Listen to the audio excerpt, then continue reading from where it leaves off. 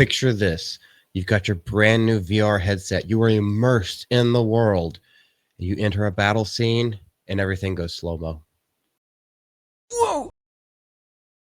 Yes, unfortunately, I think that's the only way to really capture something like bringing a Zack Snyder film into a VR game. But that is exactly what is happening. It has been announced and it is moving forward. And of all of his IPs, it's going to be Rebel Moon. There is a VR game coming from Sandbox, despite the failure of both of those films. Sandbox VR has announced this ambitious collaboration with Netflix to bring Rebel Moon series into the virtual reality space. Right now, it's only titled and described as an interactive VR game, and it wants to expand the universe that Snyder was trying to do in Rebel Moon. However, a lot of people felt that it failed pretty epically. Sci-fi epically, if you want to go so far. The problem, there aren't many fans left to care. There are the diehards. There are people who see that like he used to have some good ideas, but they just don't hold up anymore. That was a different time, that was a different era. That's only my estimation. That's the way that I feel about it. 300 was cool. I think Sucker Punch, if done the way that he wanted to do it originally, could have been a better film. But then pretty much after that, it all just falls off. I love Watchmen though. Now, if you don't know, I feel like most of us do. The Rebel Moon was basically supposed to be an R-rated Star Wars style franchise. It was supposed to be his take on a galaxy far, far away. And with Netflix there, he didn't have studio interference, which is another thing that a lot of the Snyder bros and the Snyder fans always try to use as a crutch and a scapegoat as to why his films suck for the most part, and fail at the box office. Well, he got full creative control and it still didn't really do anything. It didn't even move a notch on the needle. But Sandbox VR is doubling down on this Doom franchise. They're not getting any more of them. And one can't help but wonder who thought this was a good idea and why. My only presupposition onto why this might still be going down is that it was somewhere in the contracts and they shipped it out to Sandbox, or he's got nepotism on the inside. Something like that. Somebody's doing him a favor. We don't know yet. That's all speculation. So the game is promising players the chance to step into the world of Zack Snyder's sci-fi saga, which I'm assuming, if we're going on the movies, that includes Gestapo, wielding weapons and fighting battles in slow motion, fully immersive experience.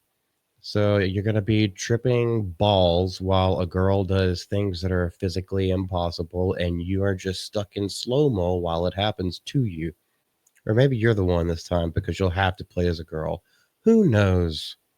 By the way, that jawline. It's not very feminine. Nothing against her. It's just the way the picture is shot. If that sounds generic, it's because it is. Yeah, of course it is. They can't give too many details at this point. So I kind of understand it. Now, here's the thing. Even though I understand that they can't give too many details right now, they have announced it. So I feel like they should be at least hyping it up and presenting a little bit more to sell people on the hype for it. But no such details, no concrete details have been shared. And now everyone's left to imagine what this quote unquote interactive adventure might entail. I don't know. You tell me. There's only like two things that I can think of. Now, this is not to say that Sandbox VR is like a nobody in the industry. They have a solid track record of adapting popular franchises like Star Trek into VR experiences. But Star Trek has a long and rich history. There's so much lore that goes into that. So all you have to do is take a little bit. See, Rebel Moon doesn't have any of that stuff. It was all just one director's whim, and it shat out onto the screen, and nobody showed up for it. Nobody paid attention to it, and nobody remembers it. People still remember Star Trek. They still keep trying to bring it back, but everyone who still pays attention to Star Trek, they all know where it came from. Freaking 70 or 80 years. I'm not looking at a calendar right now. Whenever the first Gene Roddenberry one came out, when William Shatner wasn't even playing Captain Kirk. But Star Trek has been around for a long time, has generations of fans. So yes, it would be way easier for them to make the VR experience something that's immersive. However, with a very immersive or not immersive, whatever the right grammar is for that, with the Rebel Moon world, there's really not much to pick and choose from. There's not much to glean from unless he just has like books and books of appendices that he's never told anybody, never shared with anyone.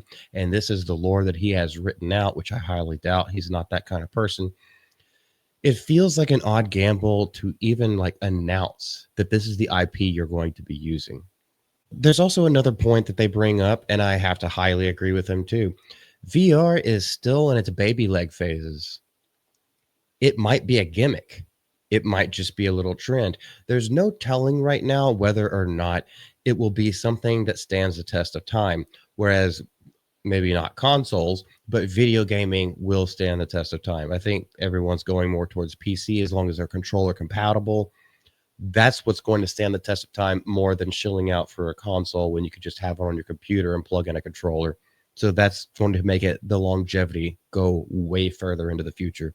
This VR stuff might be niche and it might be a trend.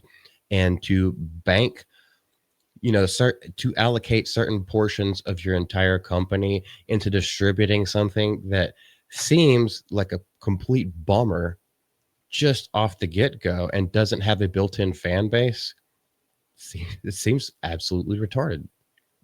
Now we could go further into how badly Rebel Moon did with its numbers and viewership and how nobody's talking about it. Nobody wanted to talk about it at the time. Only a few dedicated people do.